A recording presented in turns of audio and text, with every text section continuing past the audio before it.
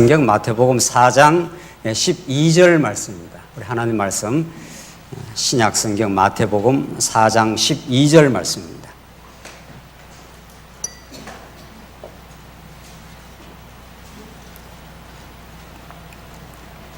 네, 차이신 줄 알고 봉독 드리겠습니다. 신약 성경 마태복음 4장 12절입니다. 예수께서 요한이 잡혔음을 들으시고 갈릴리로 물러가셨다가 나사렛을 떠나 스불론과 납달리 지경 해변에 있는 가버나움에 가서 사시니 이는 선지자 이사야를 통하여 하신 말씀을 이루려 하심이라. 일러스되 스불론 땅과 납달리 땅과 요단 강 저편 해변길과 이방의 갈릴리여, 흑암에 앉은 백성이 큰 빛을 보았고 사망의 땅과 그늘에 앉은 자들에게 빛이었도다 하였느니라. 이때부터 예수께서 비로소 전파하여 이르시되 회개하라, 천국이 가까이 왔느니라 하시더라. 17절까지 우선 봉독 드렸습니다. 오늘은 지금 수요일 날 성경 전체의 개관, 오늘 7강이 되겠는데 오늘은 사복음서 전체에 대한 복음에 대한 이해를 하도록 그렇게 하겠습니다. 왜 하나님께서 복음서, 마태복음이면 마태복음, 요한복음이면 요한복음 한 권만을 주셔서 당신이 하늘로부터 온 참 메시아, 구약에 약속된 진짜 메시아임을 증거할 수 있을 터인데 왜 하나님께서 복음서를 4권으로 그렇게 만들어 놓았느냐 하는 것은 지금까지 2000년 교회에서 수많은 진리 연구가들, 신학자들, 목회자들이 늘 숙제로, 신학의 숙제로 남아 있습니다. 이 문제가 아직도 깨끗하게 정리가 되지 않아서 이 복음서를 4권으로 기록한 것이 결국은 문제가 되어서 이제 자유주의 신학자들이 강조하는 성경은 어떤 통일성 있는 하나의 진리 메시지가 아니라 그저 다양한 역사적 정황에서 다양한 그냥 내용을 가지고 기록되었을 뿐이다. 이렇게 해서 문서설이라는 것이 19세기, 20세기 서구 구라파 교회를 휩쓸어 버렸던 그 이유 중에 하나가 이 복음서에 대한 그런 올바른 정리가 안 되어서 그렇게 되었습니다. 그러나 우리는 정말 하나님께서 4권의 복음서를 주신 필연적인, 반드시 그렇게 해야 될 하나님의 의도와 이유가 있다는 겁니다. 우리가 지금 깨달아가는 성경의 가르침은 어떤 성경도 궁극적으로 하나님 살아계심, 그가 얼마나 위대한 속성을 가지고 당신의 백성을 주권적으로 또 끝까지 사랑하시는 분이시라는 것을 보여주시는 하나의 주제를 하나님께 드러내기 위해서 하나님은 다양한 이제 방편을 쓰신다는 겁니다. 그래서 복음서도 4권이 꼭 필요하고 그 4권 사이에는 다양하지만 그것들이 종합이 되면은 예수가 어떤 분이라는 것을 총체적으로 드러내는 데는 4권이 꼭 필요하다. 그래서 그리고 4권이 꼭 필요할 뿐만 아니라 마태, 마가, 누가, 요한복음이라는 순서까지도, 이 배열 순서까지도 하나님께서 의도를 가지고 잘 편집이 되어 있어서 그 4권이 이렇게 점진성을 가지고 큰 거대한 하나님의 계시의 드라마를 형성하는 것처럼 그렇게 편집까지 되어 있습니다. 우리 오늘 확인해 보겠습니다만은, 그러니까 요컨대 요한복음이 앞으로 온다든가 누가복음이 앞에 나오고 그다음 마태 이런 식으로 배열이 되면은 그 스토리가 전개되기가 어렵다는 겁니다. 마태, 마가, 누가, 요한으로 이렇게 점진적으로 설명하기에 드라마가 1편, 2편, 3편, 마지막에 요한복음으로 클라이막스에 딱 이르도록 그렇게 하나님께서 배열까지 되어 있어서 정말 놀라운 하나님의 거대한 스토리를 아주 절묘한 방식으로 구조화해 놓았다 하는 것이 우리가 보고 반응하는 관점입니다. 정말 그런지 안 그런지를 우리가 1시간 동안이지만 우리가 살펴보므로 정말 이게 하나님이 주신, 감동으로 주신 말씀이고 4권이 꼭 필요한 진리를 드러내는 말씀이고, 이 복음서 뒤에 이제 복음서를 서두로 해서 신약이 시작될 수밖에 없다 하는 그런 하나님의 의도와 뜻을 우리는 이 복음서 4권에서 확인할 수가 있습니다. 그렇다면 왜 복음서는 마태로 시작하는가? 그런 거죠. 그렇게 우리가 질문을 던지고 시작할 수 있는, 왜 복음서는 마가복음으로부터 이렇게 시작해도 될 것 같은데 그래서 지금까지 연구는 뭐 마태, 마가, 누가, 요한을 그냥 단편적으로 다 연구하고 그걸 최종적으로 아주 질서정연한 배열로 그렇게 정리를 못했다는 겁니다. 그래서 우리는 왜 마태복음이 가장 먼저 있어야 되는가? 이 마태복음의 우선적 배열, 이것이 아주 중요한 부분입니다. 우리는 이미 우리 성도님들 다 이렇게 저렇게 다 공부를 해 오셨기 때문에 다시 한번 확인을 해 보십시다. 마태복음이 마가, 누가, 요한보다 더 중요하다, 이런 말은 할 수는 없어요. 성경 어디라도 다 중요한 거니까. 66권이 균일한 진리를, 하나의 진리를 가지고 있기 때문에 똑같은 그 신학적 메시지, 똑같은 가치를 가지고 있지만 설명의 논리상 복음을 설명하는데, 하나님을 설명하는데 반드시 마태복음이 우선적으로 위치하고 있다. 이건 분명하다는 겁니다. 무슨 말인지 아시겠죠? 그래서 이 마태복음이 앞에 나와 있어서 뒤로 이렇게 논리가 전개되면서 복음의 진리가 강화되고 심층적으로 설명이 되고 점진성을 가지고 있다. 이 부분은 분명하다는 거죠. 그래서 마태를 하나님께서 기록하게 하시고 이걸 배열할 때 하나님이 그렇게 딱 해놨다. 우리 지난 시간 이걸 이미 확인했지 않습니까? 이게 신약과 구약의 이제 연결을 마태가 하고 있다. 이거는 우리가 많이 강조해 본 부분입니다. 창세기가 있고 마태복음이 있고 계시록이 크게 봐서 이것이 한 선상에서 하나님이 창세기에서 3대 언약을 하신 것이 그대로 예수 그리스도의 적중이 되고, 창세기에서 아브라함과 다윗의 자손 하면서 하나님이 이미 이 언약을 거론했는데, 마태복음에서 이 구약을 그대로 받아가지고 아브라함과 다윗의 자손 예수 그리스도의 세계라, 이렇게 해서 구약과 신약을 정확하게 저스트하게 연결을 시켜 나갔다. 우리 지난 시간에 했지 않습니까? 그렇기 때문에 마태, 마가, 누가 이제 이렇게 전진을 한다는 거죠.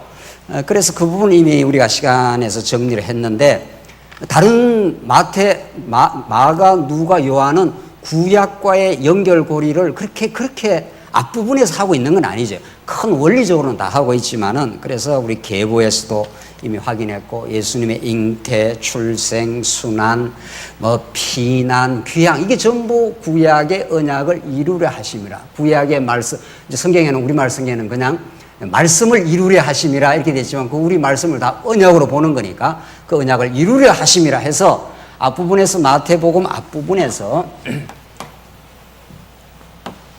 마태복음이 크게 네 부분으로 나눠져 있는데 1장에서 4장, 여기가 구약 언약에 대한 성취라는 거죠. 그 왜 이 부분을 이렇게 1장에서 4장까지 이렇게 압축적으로 함으로 구약 전체를 묶어가지고 이걸 정리를 하고 있는 방식인 거죠. 그래서 이렇게 돼 있기 때문에 우리는 마태복음이 구약을 직접적으로 연결을 하고 있다. 아주 막 그대로 연결하고, 그래서 마태복음이 여기 있어야 된다 하는 거죠. 그래서 구약의 그 모든 언약들이 신약 전부가 예수 그리스도에 대한 성취의 말씀이니까, 이렇게 언약한 대로 성취함으로 하나님이 약속한 대로 그대로 이루내시는 살아계시는 분이 아니냐, 이렇게 되는 거죠. 그래서 마태복음 1장도 하나님의 살아계심을 강력하게 지금 증거를 하고 있는 거죠. 그냥 예수님이 오셨다, 그게 우리의 구원이다, 이 정도 차원에 머무르는 게 아니라, 예수님이 오셔서 우리를 죽음에서 구원해 주심으로 하나님이 어떤 분인가를 드러내고 있다. 1장에서 4장까지가 이렇게 예수님의 출생, 피난, 그의 모든 일거수일투족이 구약 언약을 이루므로 하나님이 예수의 그 일거수일투족을 통해서 당신의 살아계심을 지금 보여주고 있다는 거죠. 그 얼마나 능력 있으시고 약속한 그걸 그대로 이루시는데, 오늘 우리가 마지막만 확인해 봅시다. 4장 마지막 부분만. 앞에 다 언약을 이루는 건데, 마지막 부분에서 어떻게 되어 있는가 하면, 지금 우리는 구약에서 언약 하면은 이게 더 정확하게 말하면 3대 언약, 이 내용이 하나님 나라 이렇게 되어 있지 않습니까? 하나님은 언약했다는 건 구체적인 그 내용이 있는 겁니다. 막연한 언약이 아니고 자손 땅 통치니까, 그것이 다른 말로 말하면 하나님 나라를 하나님이 세우겠다는 겁니다. 하나님 당신을 보여줄 때 우리가 깨달을 수 있도록 뭐 이루어져야 될 거 아니에요. 그냥 하나님은 영이시고 영원 광대무변하기 때문에 우리의 인식 구조 속에 들어오질 않습니다. 그러니까 하나님께서 구약에 자손, 땅, 통치라는 이런 하나님 나라의 3대 요소를 보여주시고 시청각적으로 그걸 실제로 이루어 가시는 거죠. 자손 봐라. 아브라함 하나를 불러갖고 수백만 대군으로 번창 약속을 이루지 않았느냐. 그러니 하나님 여호와 아니냐 이런 거죠. 그래서 이 하나님 나라를 약속하고 실제로 예수님이 이제 오시는 거죠. 예수님이 오셔서 요 하나님 나라를 구약에서는 역사적으로 자손 땅 통치로 이루어졌지만은 이제 신약에 와서는 이 모든 것들이 하나님 나라의 실체로 오시는 예수님 한 분에서 통합적으로 이루어집니다. 그렇잖아요. 구약은 자손 땅 통치라는 역사적 전개를 통해서 하나 이렇게 모형으로 이루어지만 이제는 이 구약 전부가 한 덩어리가 되어서 메시아를 언약하고 있는 거니까 그래서 이제 그걸 예수님이 이렇게 계보해서 오셨다. 예수님이 이렇게 처녀의 몸에서 잉태됐다. 예수님이 이렇게 애국으로 피난한 것도 예수님이 다시 돌아오는 것도 전부 하나님이 예수를 통해서 하나님의 영광을 지금 보여주는데 마지막 요 4장 마지막 부분에만 우리 확인해 봅시다. 오늘 읽은 대로 12절 다시 보세요. 예수께서 요한이 잡혔음을 들으시고 갈릴리로 물러가셨다가 나사렛을 떠나 스불론과 납달리 지경 해변에 있는 가브나움에서 사시니 이는 선지자 뭐라고 했습니까? 이사야를 통하여 하신 말씀을 이루려 하심이라 일렀으되 이게 예언으로서의 언약을 이룬다는 겁니다. 이사야가 이미 예수님이 어디에 와서 복음을 전할 것까지도 다 정해져 있어요. 그러니까 예수님은 아무렇게나 다니는 것도 아니고 예수님의 발자국 하나하나가 구약의 언약한 그걸 그대로 이루어짐으로 하나님의 뜻을 하나님의 존재를 지금 이렇게 막 보여주는 계시 절정입니다. 우리 나중에 확인하겠지만은 히브리서에서 예수님은 하나님의 본체의 형상이고 영광의 광채고 만물을 붙드시는 분이라 이렇게 히브리서가 예수님에 대해서 소개를 그렇게 해요. 그러니까 예수님이 일거수일투족 하는 걸 보면은 그 예수님을 보내신 하나님을 지금 이렇게 막 드러내고 계시다 이런 뜻입니다. 그러니까 예수를 보면 나를 보면 어떻게 했어요? 아버지를 본 자라 이렇게 했단 말이죠. 그래서 오늘도 예수님이 4장 마지막 부분에 이제 구약 언약을 이루시는데 예수님의 행적이 나타나는데 예수님의 행적이 4장 앞부분에서는 마귀의 시험을 다 이겨요. 첫 아담은 마귀의 시험에서 패배하지만 둘째 아담은 그걸 다 승리를 합니다. 그렇게 하고 예수님이 어디에서 복음을 전하기 시작하는가 하면은 이사야 예언을 이루면서 15절 이 이사야 예언입니다. 스불론 땅과 납달리 땅과 요단강 저편 해변길과 이방의 갈릴리여 이렇게 되어 있잖아요. 이게 이사야서 이렇게 되어 있다는 거예요. 이사야 말씀에 예수님이 아무데나 가서 전하는 게 아니고 스불론과 납달리 땅 갈릴리에서 예수님이 복음을 전하도록 그렇게 예언된 게 그대로 이룬단 말이에요. 그런 걸 보면은 예수님이 하나님으로부터 오신 분이라는 걸 확증한다면 예수님이 저기 서울 성담에 가서 복음을 전하면 안 되잖아요. 그러면 그게 뭐 메시아인지 하나님이 하신 일인지 모르는데 이사야 예언에 그렇게 딱 장소까지 지정을 해놓은 거죠. 자, 16절. 근데 의미가 나와요. 장소뿐만 아니라 흑암에 앉은 백성이 큰 뭐라고 했습니까? 빛을 보았고 사망의 땅과 그늘에 앉은 자들에게 빛이 빛이었도다. 이렇게 이사야 예언에 장소 규정해놨죠. 이제 예수님이 이 땅에 진짜 세상의 빛으로 오시는데 누구한테 빛이 의미가 있는가 하면 흑암에 앉은 백성 그렇게 되어 있잖아요. 그러니까 예수님 오실 때 이미 이 땅에 흑암으로 어두움으로 가득 차 있습니다. 이미 예수님 오시기 전에 400년 동안 역사적으로도 말라기 선지자 이후에 400년 동안 캄캄하게 만들어 놓습니다. 이게 예수님이 오시는 역사적 배경인데 예수님 오셨을 때 바리새인들, 사두개인들, 에센파들, 열혈당원들 이게 다 예수님 주변에 왔다 갔다 한 사람들이에요. 그들이 진짜 큰 빛, 진리의 빛으로 구약의 모든 언약, 구약의 모든 율법을 성취하러 오신 그 예수를 몰라보고 어떻게든 예수를 죽이려고 하고 자기들이 구약의 율법을 다 지킨다 착각을 하고 이러면서 유대주의, 우리가 지금 신약에서 말하는 유대주의, 세속주의, 적그리스도가 그 시대에 팽배했을 때 그래서 하나님의 백성들은 그러한 비진리의 도탄 속에 빠져 있을 때입니다. 그게 오늘 이사야 표현대로 말하면 흑암에 앉은 백성에게 백성이 큰 빛을 보았고 이렇게 돼 있어요. 그래서 예수님이 하나님 나라 3대 언약의 성취로 오시는데 스불론 땅이 이렇게 돼 있습니다.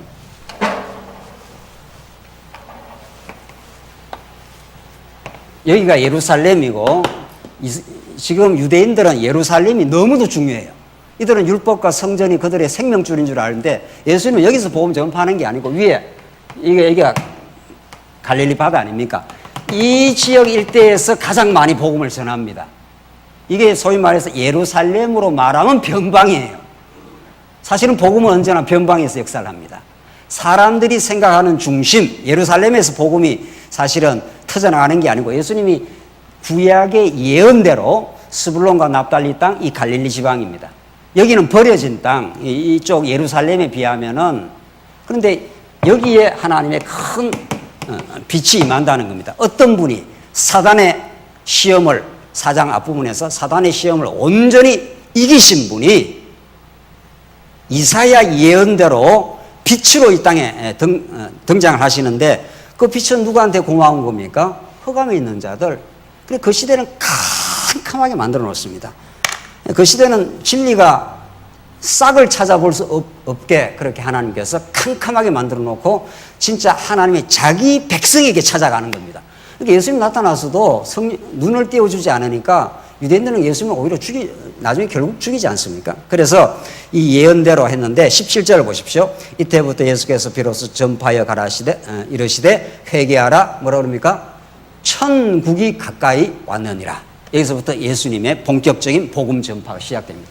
그러니까 천국을 전파한다는 건 구약 3대 언약의 하나님 나라가 예수님이 어떻게 해요?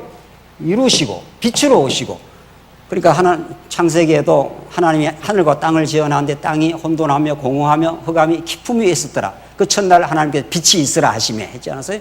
그런 것처럼 예수님이 스불론과 납달리 땅 빛으로 오시고 전파하는 내용이 회개하라 천국이 가까이 왔느니라 하면서 본격적으로 예수님이 복음을 전파합니다.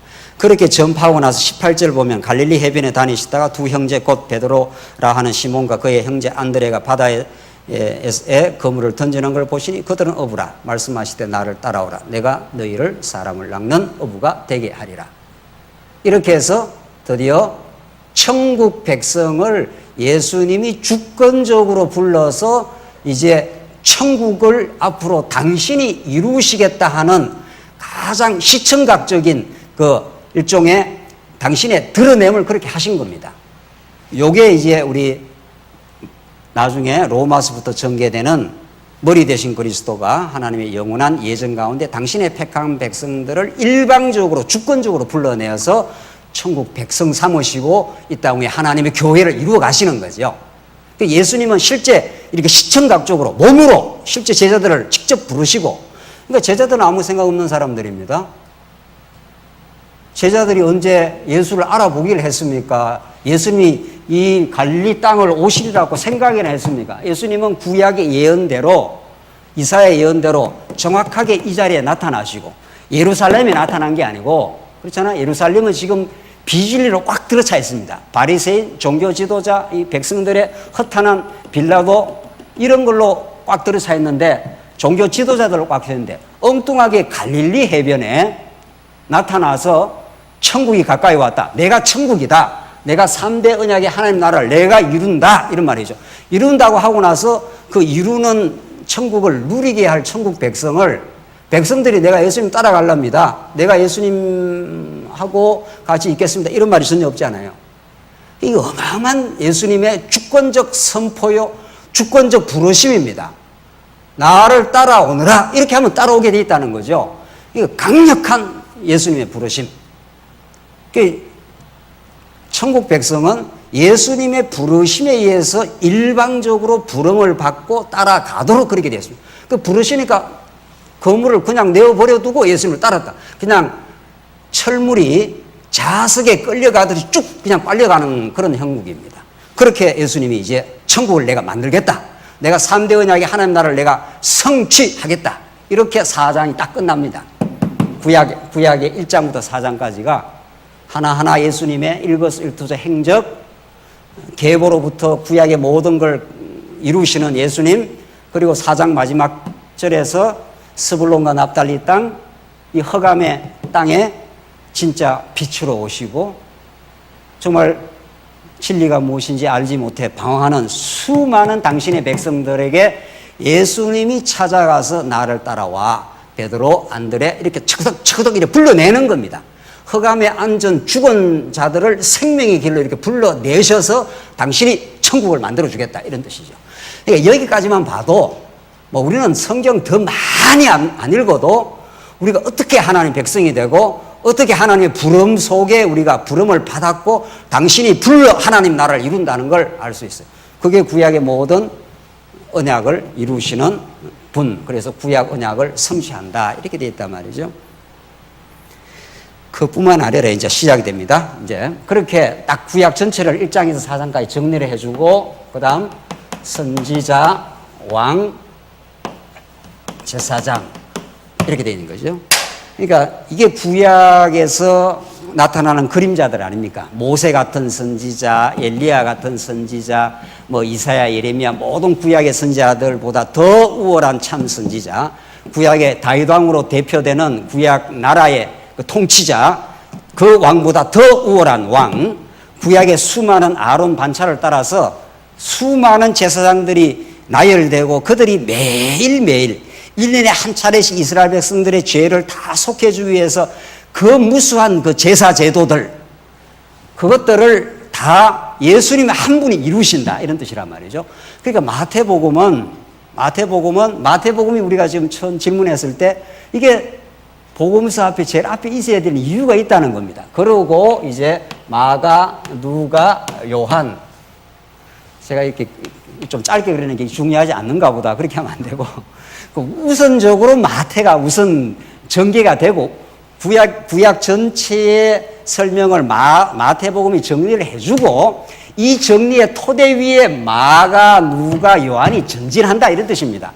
시간이 많으면 천천히 하면 되는 거죠. 뭐 시간이 우리가 없을 것도 없지만 우리가 그래도 한번 신구약을 좀 한번 압축해서 정리하는 게 이번 강론의 목적이기 때문에 자 보십시다. 그러니까 구약에서 이제 선지자, 왕, 제사장으로 그렇게도 많이 구약에서 모형적으로 오실 메시아를 보여줬지 않았어요.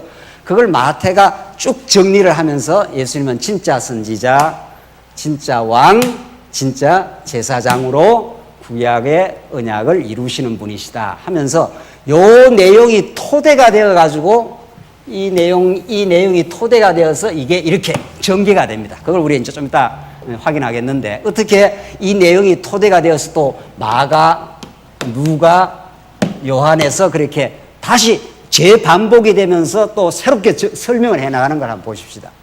그만큼 마태복음이 이제 처음 있어야 될 이유입니다. 특별히 그 당시 유대인들한테 직접적으로 전달하는 거니까. 그래서 5장부터 이제 전개되는 이 마태복음 보십시다. 5장부터 16장 중반부까지 나오는데 왜 선지자가 그렇게 중요한가? 이렇게 질문해 보십시다. 구약의 선지자가 하는 일이 뭡니까?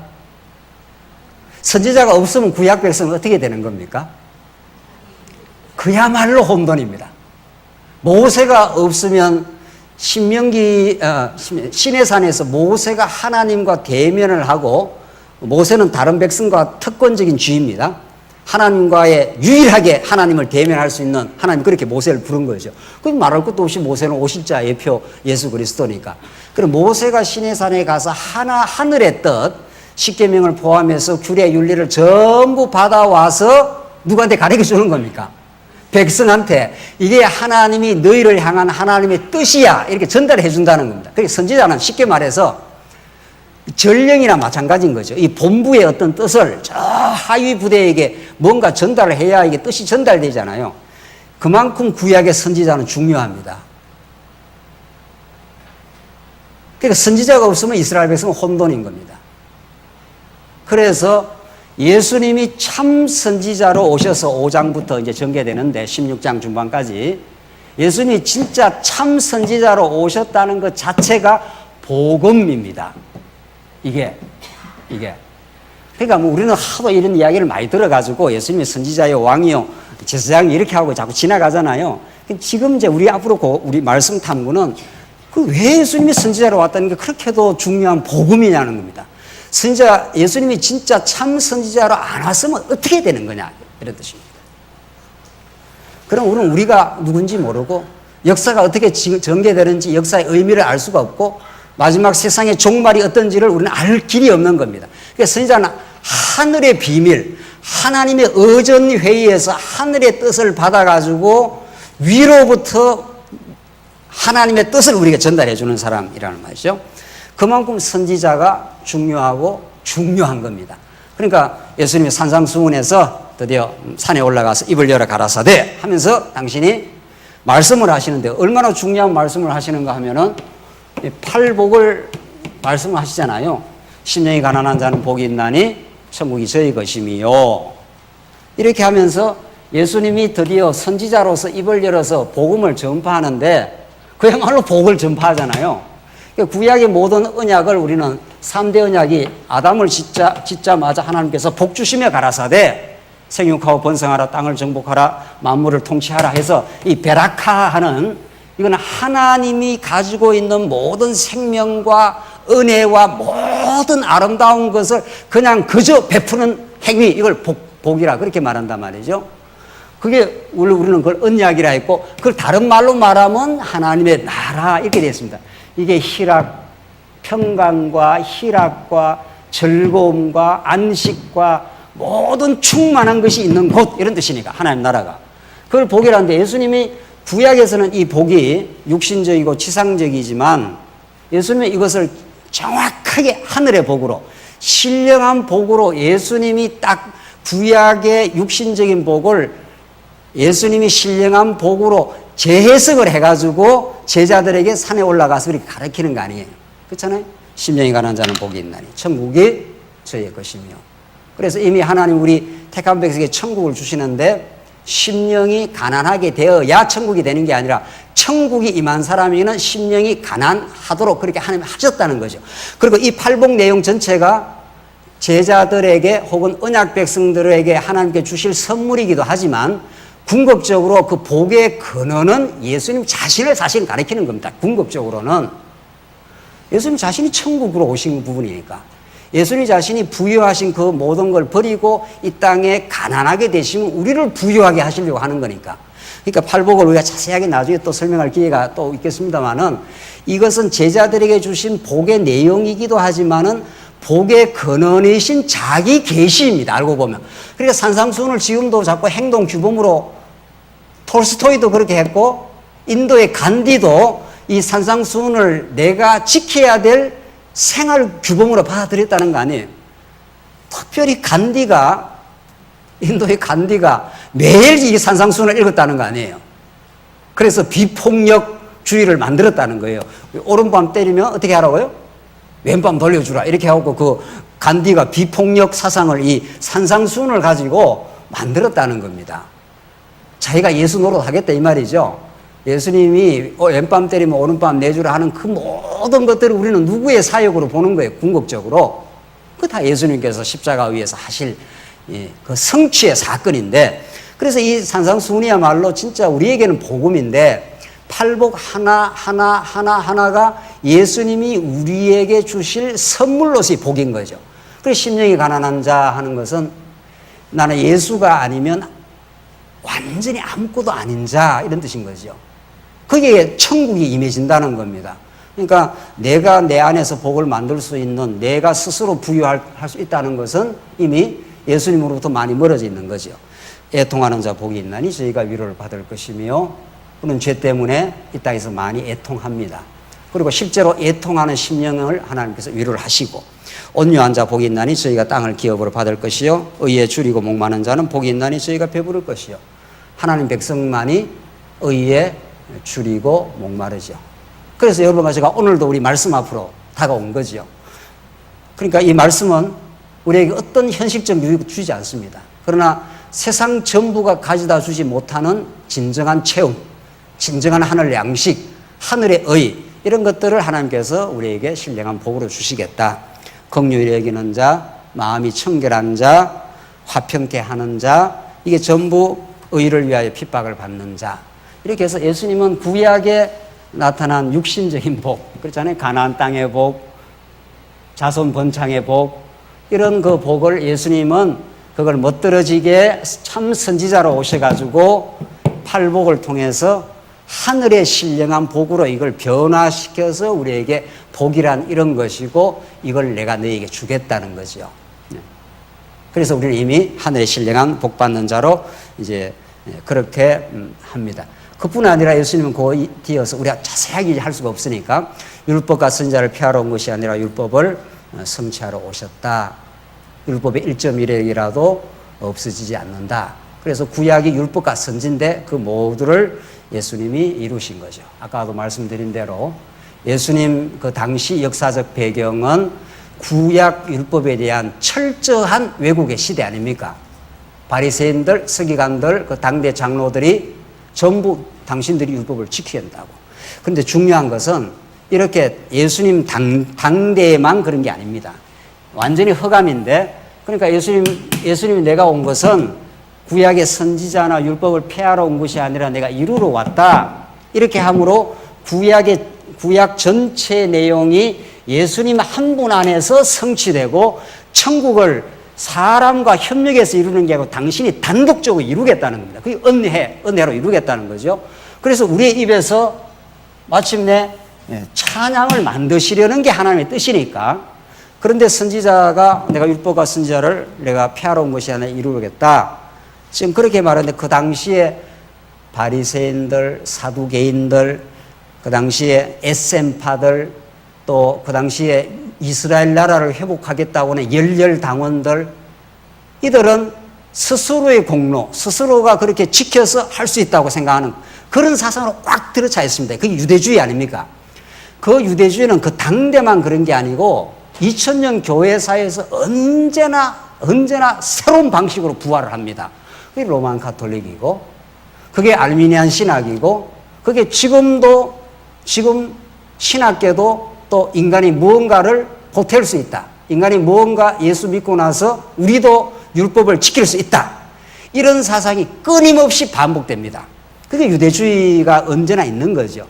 그리고 더 중요한 거는 그런 유대주의, 자기 공로주의는 여러분과 저의 내면 속에도 또 있는 겁니다, 사실은. 그래서 우리가 무언가를 좀 하고 나면은 자기 이야기가 나온다는 거죠. 언제나 있는 겁니다. 그래서 예수님께서 그런 그 당대 유대주의자들과 정면으로 충돌합니다.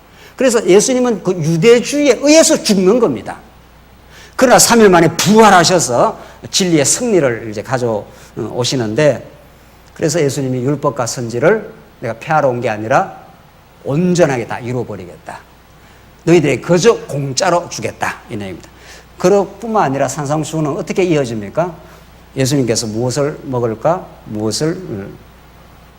마실까 염려하지 마라. 그 예수님은 세상의 인간의 사상을 훤히 정말 꿰뚫어 보고 있습니다. 2000년 전에만 이 말씀이 유효한 게 아니라 그 당시 아까뿐에도 유대주의를 말했듯이 예수님은 사람이라고 생긴 사람은 누구나 경제제일주의, 누구나 세속주의에 감염되어 있습니다. 그러니까 무엇을 먹을까? 어떻게 해요? 무엇을 마실까? 어떻게 해요? 염려하지 마라. 내가 그걸 다 채워준다. 이렇게 예수님이 말씀하시잖아요. 예수님이 그렇게 말씀하셨어도 하나님의 당신의 택한 백성들만 이 말씀을 진짜 진리로 받고 마음의 평강을 얻습니다. 그러나 세상은 2000년이 변했어도 경제제일주의는 변했습니까? 안 변했습니까? 안 변합니다. 인간이 육신으로 지어졌기 때문에 언제나 무엇을 먹을까? 무엇을 마실까? 언제나 인간은 염려하게 되어 있습니다. 그리고 그걸 가지고 사단은 유혹을 합니다, 또. 언제나. 그 예수님이 이 돌로 어떻게 하라고요? 떡을 만들어 먹어라. 그 유혹을 아무도 못 이긴다는 겁니다. 그러니까 우리 하나님이 택한 백성만 진정으로 예수 안에서 그걸 이기게 되어 있는데, 그러니까 예수님이 하시는 말씀이 공전이 나는 새를 봐라. 심지도 않고 거두지도 않고 창고에 모아들이지도 않고 하늘 아버지께서 기르지 않느냐. 들의 대가파가 어떻게 자라는지 봐라.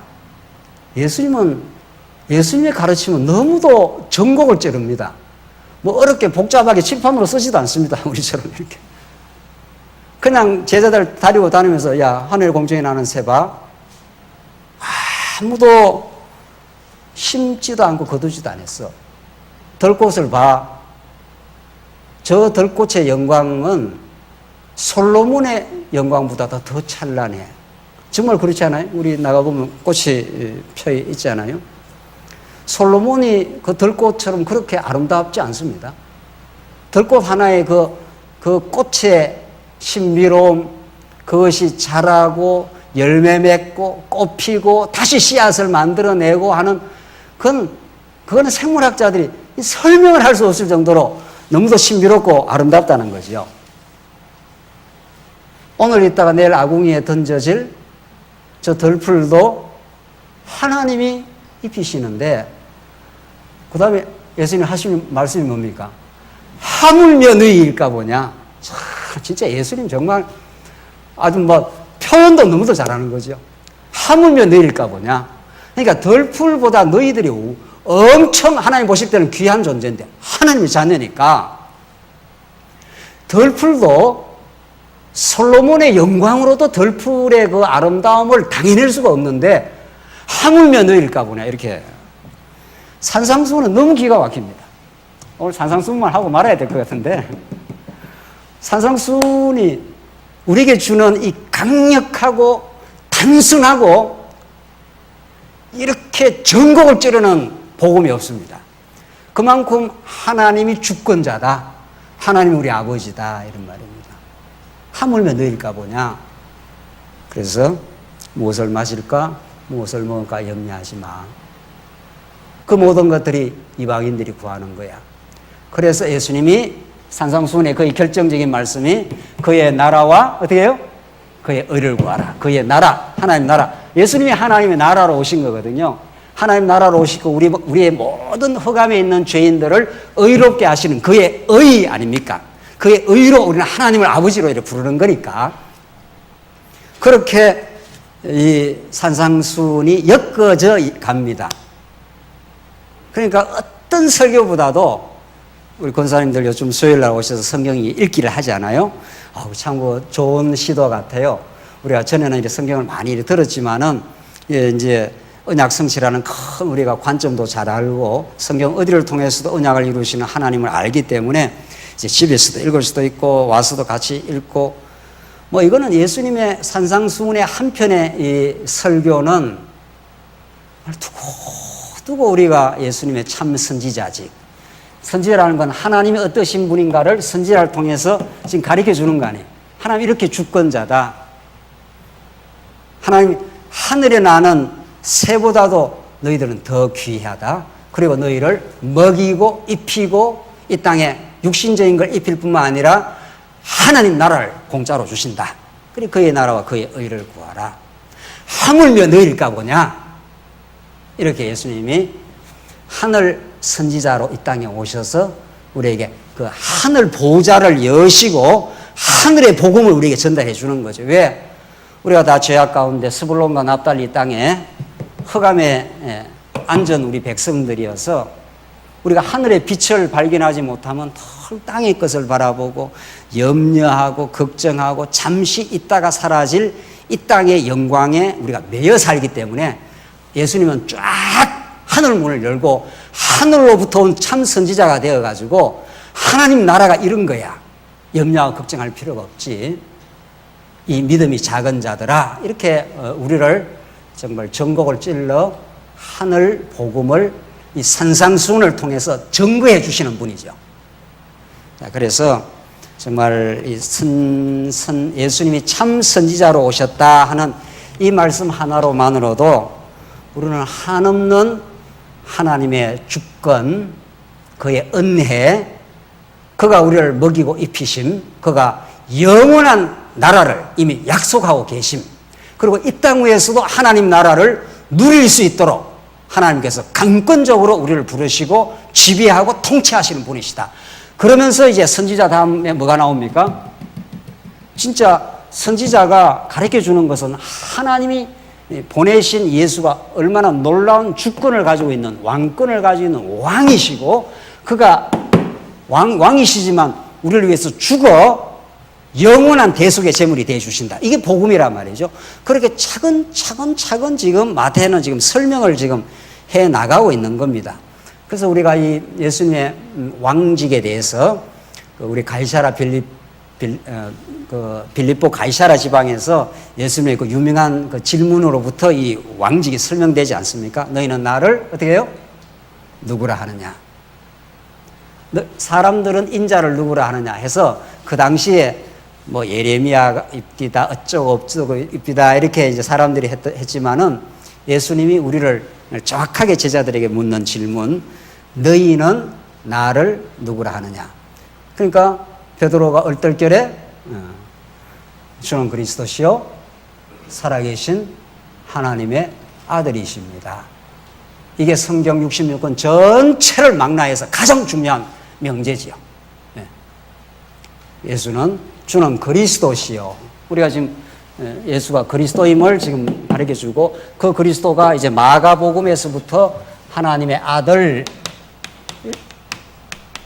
예수 그리스도의 복음의 시작이라. 그러니까 마태복음은 예수는 그리스도라는 걸 이제 증명을 했고 구약에 그대로 구약 사건을 들어 증명하고 마가복음부터 그 그리스도가 바로 하나님과 동등 권세를 가지고 있는 하나님의 아들이라고 그렇게 이제 마가복음부터 이제 하나님 아들을 또 전면에 내세운단 말이죠. 근데 그걸 베드로가 정확하게 고백을 했어요. 그것도 얼떨결에. 그 얼떨결에 해놓고 나서는 지가 감당을 못해서 나중에는 부인하고 뭐 내빼고 뭐 그렇게 하지 않습니까? 그런 다음에 예수님께서 다시 찾아오시고 성령을 보내줘가지고 진짜 이제 교회를 이루어갈 수 있도록 이제 하시는 건데, 그래서 이 고백을 하고 나서 예수님이 참 고백 참 잘했어. 너는 베드로라 반석 위에 내 교회를 세우리니 음부의 권세가 이기지 못한다. 이렇게 해서 예수님의 약속 중에 너무도 중요한 약속. 예수님은 언약대로 오시기도 했지만은 당신이 앞으로 될 일을 또 언약 혹은 약속을 하고 있는 거 아니겠어요? 이 부분에서 이제 이 왕권, 이 왕직에서 이 약속을 해 주신단 말이에요. 왜? 당신이 교회의 머리가 되실 거니까. 당신이 교회의 머리가 돼서 다 통치하실 거니까. 아무리 음부의 권세, 어둠의 권세가 교회를 흔들어 놓으려 해도 예수님은 못 흔들잖아요. 여러분과 저는 가끔씩 흔들어요. 예. 어둠의 권세가 우리가 때로는 고민도 하고 교회 사태 때문에 우리가 염려도 하고 때로는 불안해하기도 하고 심지어는. 그런데 예수님이 왕으로 오시기 때문에 내가 그 고백 위에다가 그 반석이라고 하는 고백 위에다가 교회를 세우리니 음부의 권세가 이기지 못한다. 왜? 내가 왕이다 이런 뜻이다. 내가 머리라는 거야. 내가 교회의 머리일 뿐 아니라 우주의 통치자다. 지금 그렇게 예수님이 하시면서 왕직을 설명을 합니다. 그래서 그 중에 이제 우리가 다 밝힐 수는 없고 예수님의 왕권을 설명하는데 포도원 품꾼 비유가 있잖아요. 9시에 들어와라, 12시에 들어와라, 3시에 들어와라, 6시 마지막 소위 말해서 심하의 종소리 할 때 들어와라 했는데 이제 예수님께서 나눠줄 때 내 것 가지고 마음대로 나눠주시는 분입니다.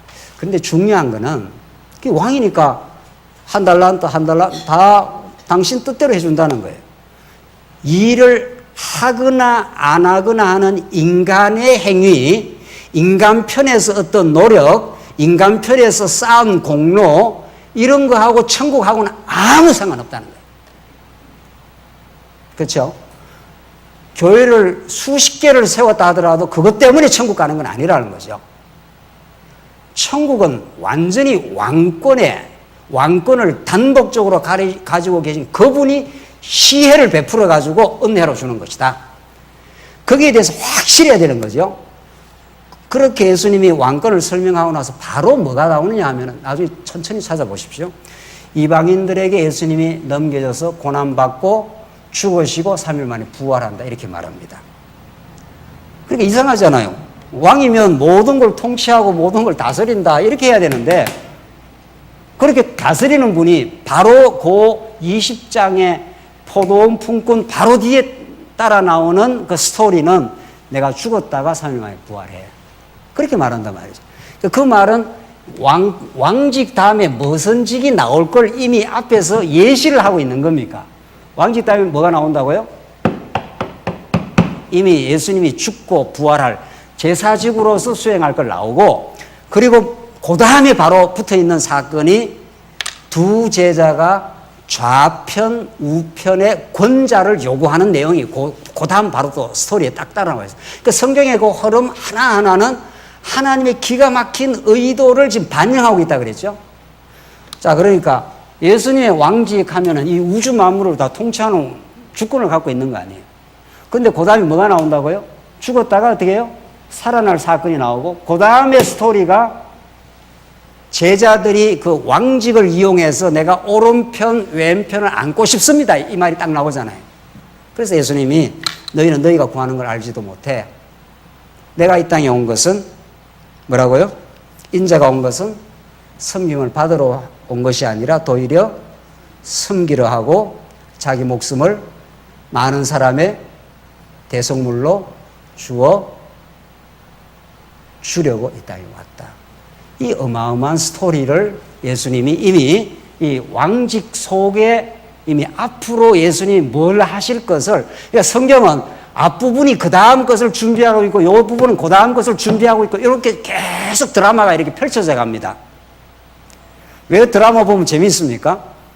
오늘 드라마를 보면 다음에 대충 뭐가 어떻게 해요? 약간 힌트가 나오잖아요. 드라마를 안 보시는구만. 우리 장로님들, 권사님들 신령해서 저는 드라마도 잘 보지, 올림픽도 잘 보지, 뭐 언제 연구를 하냐 말이지, 세상에. 근데 드라마도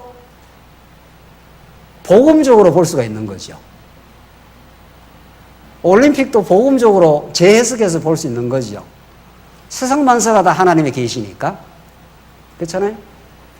그러니까 앞에서 크게 봐서 선지자, 왕, 제사장 이렇게 큰 범주로 전개되지만은 이미 왕직 안에 앞으로 그 왕이 무엇을 할 것이라는 것을 왕직 범주 속에 힌트가 나오고 있다는 거죠.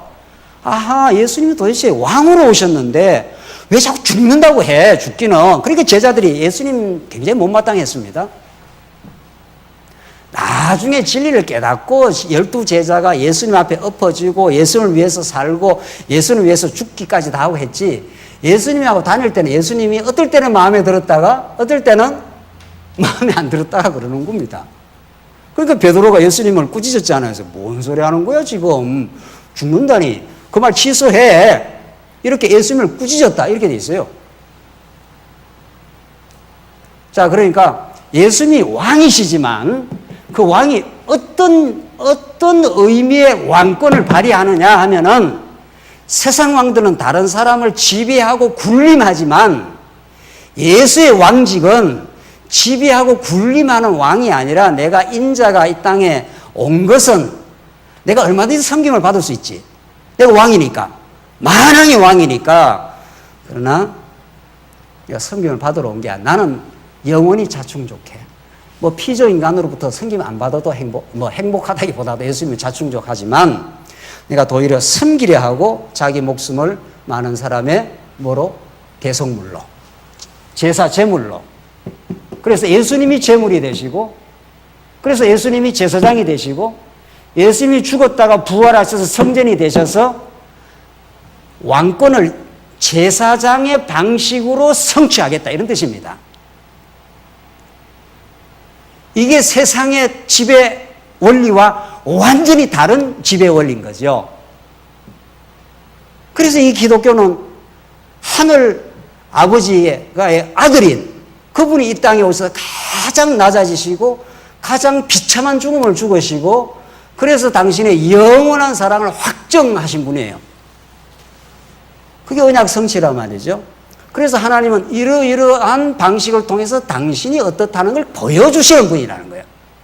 그래, 진짜 요 내용이 요 안에 들어있는데, 진짜 26장, 27장, 28장에는 예수님께서 정확하게 6월절을 딱 앞두고 예수님이 제자들한테 내 좀 있으면 죽어, 그러니까 그때에 하면서 26장 앞부분에 제사장, 서기관, 백성의 장로들이 예수님을 죽이려고 역적 모의를 정확하게 딱 합니다. 6월절 그 전날, 전전날, 이틀 전에. 그러니까 이 드라마가 쫙 맞아 들어가는 거죠. 그래서 예수님은 마침내 십자가에서 갈기 찢어 죽습니다.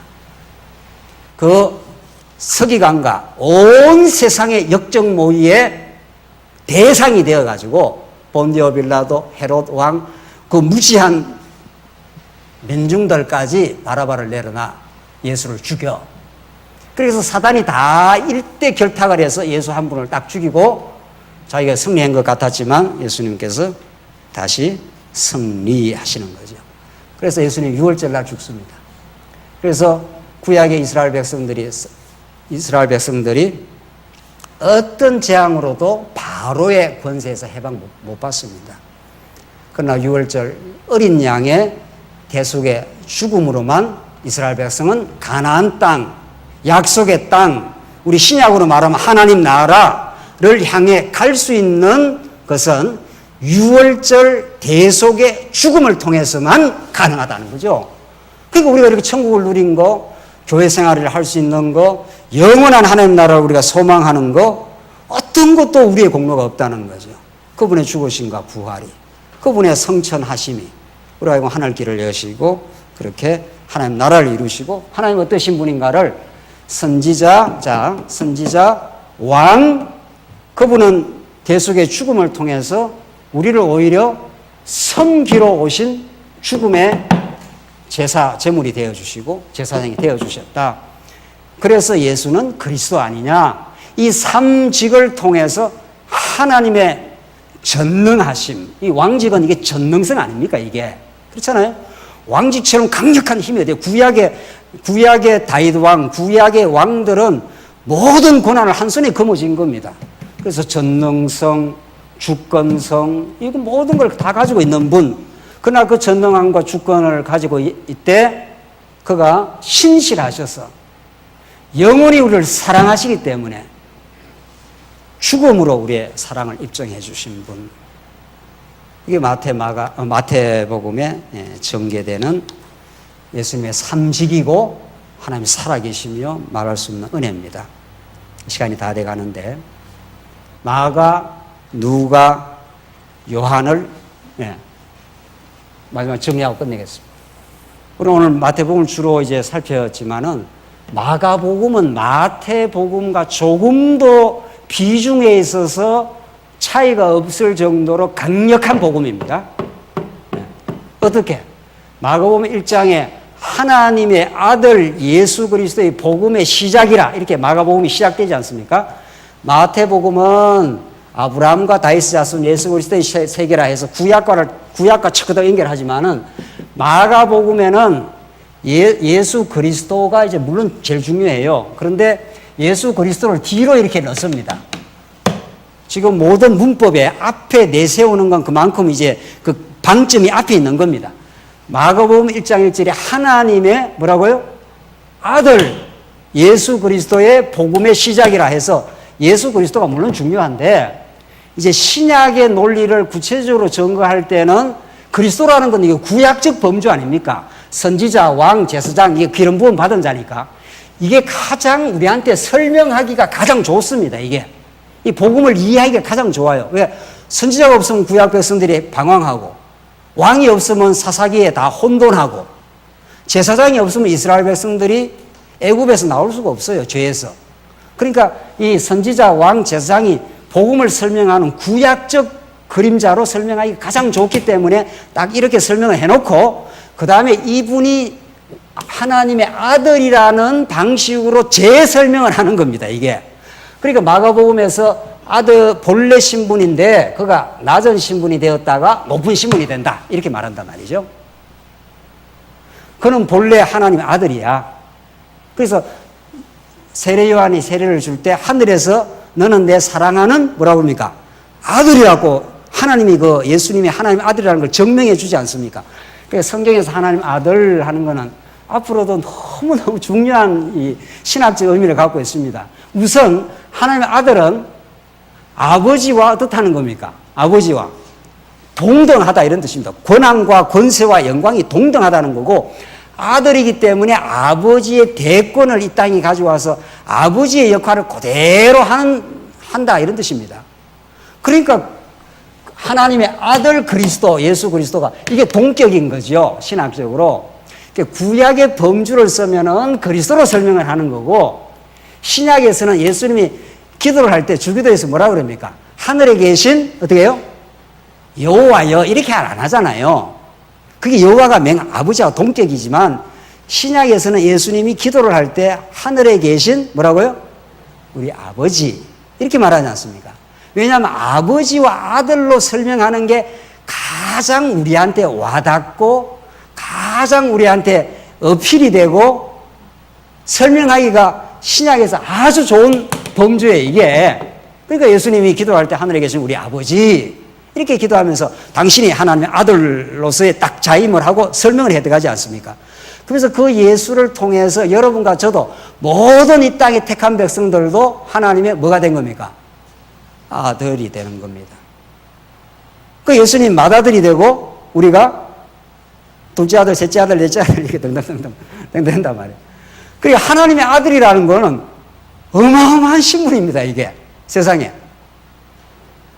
그러니까 예수는 그리스도다 해서 선지자, 왕, 제사장 이것도 물론 이제 예수님에 대한 설명이고 하나님을 설명하는 것은 아주 좋은 표현이지만은 그걸 압축적으로 설명을 할 때는 하나님의 아들 예수 그리스도로 설명을 하고 그분께 그냥 붙으면 아무것도 안 하고 우리는 아무것도 안 했죠.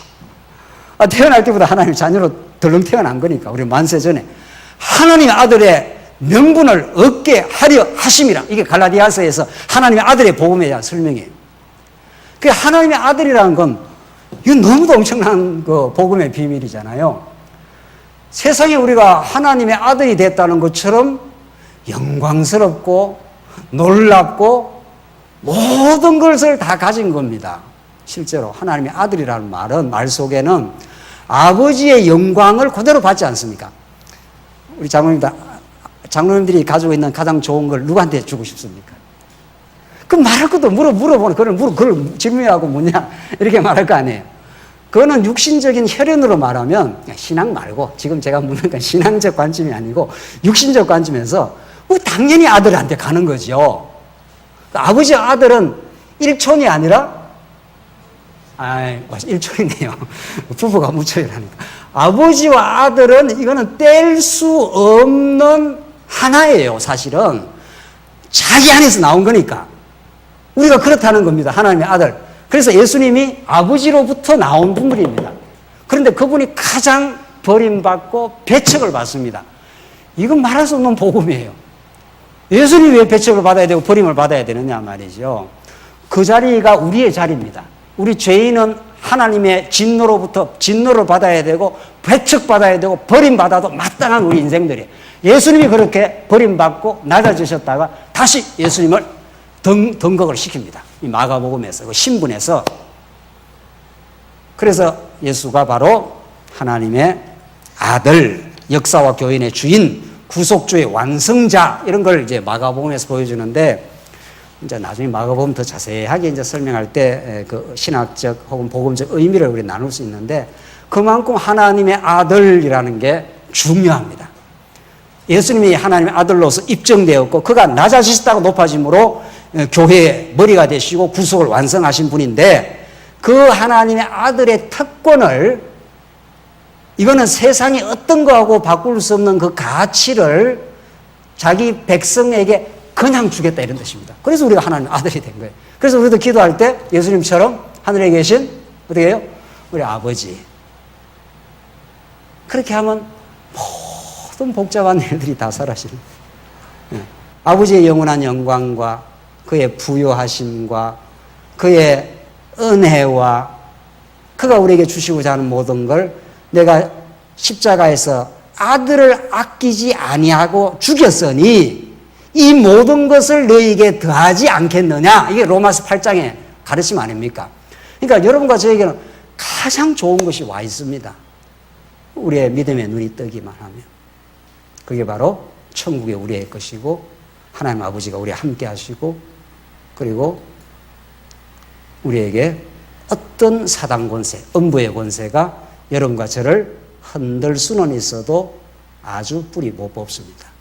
그게 마가복음의 하나님의 아들의 신분이고, 그분이 누가복음에서 진짜 그렇게 사역을 하겠다는 겁니다. 그게 나라 사역, 아들 사역, 나라 사역, 대속 사역, 똑같은 말이에요. 여기서 왕직 제사적이 누가복음에서 그대로 아들이 하는 사역으로 번역이 되고 있는 겁니다. 왕이 하는 일이 나라를 세우는 거고, 제사장이 하는 일이 뭐 하는 일입니까? 대속의 죽음을 죽는 거니까.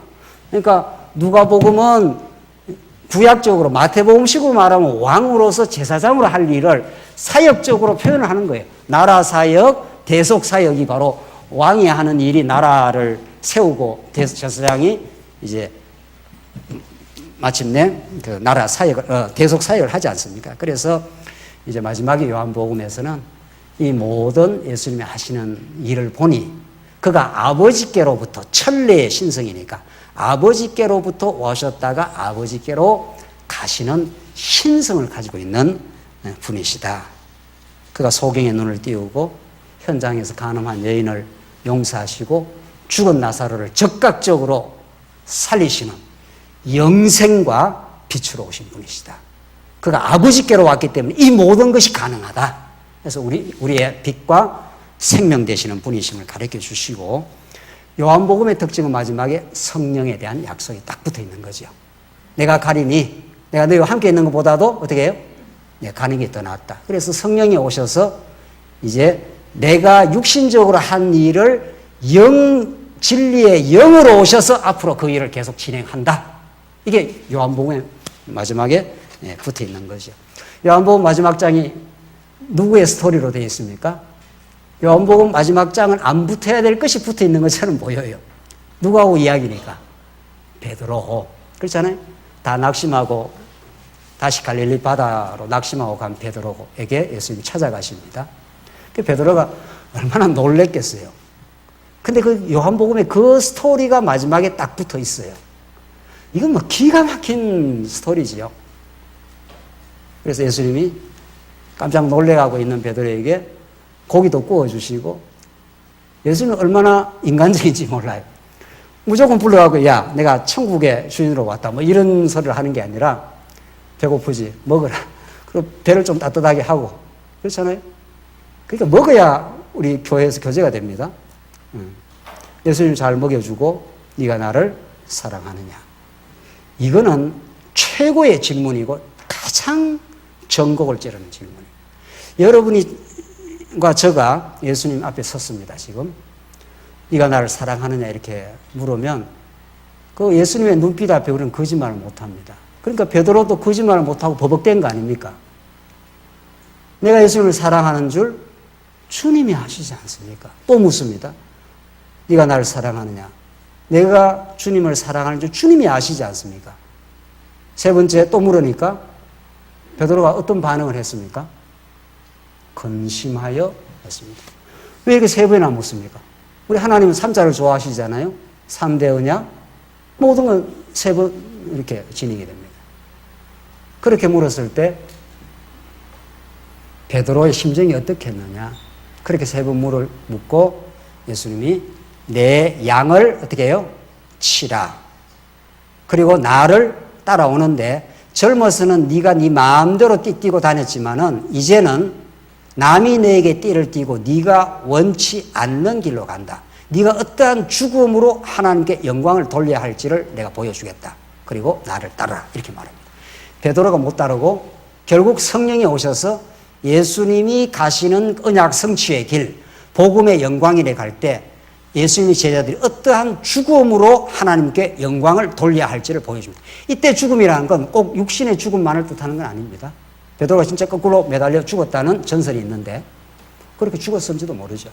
그리고 수많은 제자들이 많이 죽어가기도 했지만은 실제로 이때 죽음은 단지 육신의 죽음만이 아니라 정인, 내가 성령이 오시면 너희가 권능을 받고 너희가 땅끝까지 내 정인이 되리라. 마터 하는 것도 그 순교자, 그 정인, 죽음을 뜻하는데 하나님께서 옛사람을 날마다 죽이셔서 과거에 자기 영광을 위해 살아가던 너로 하여금 온전히 하나님의 영광을 위하는 삶으로 내가 만들어주겠다 이런 뜻입니다. 그게 교회입니다.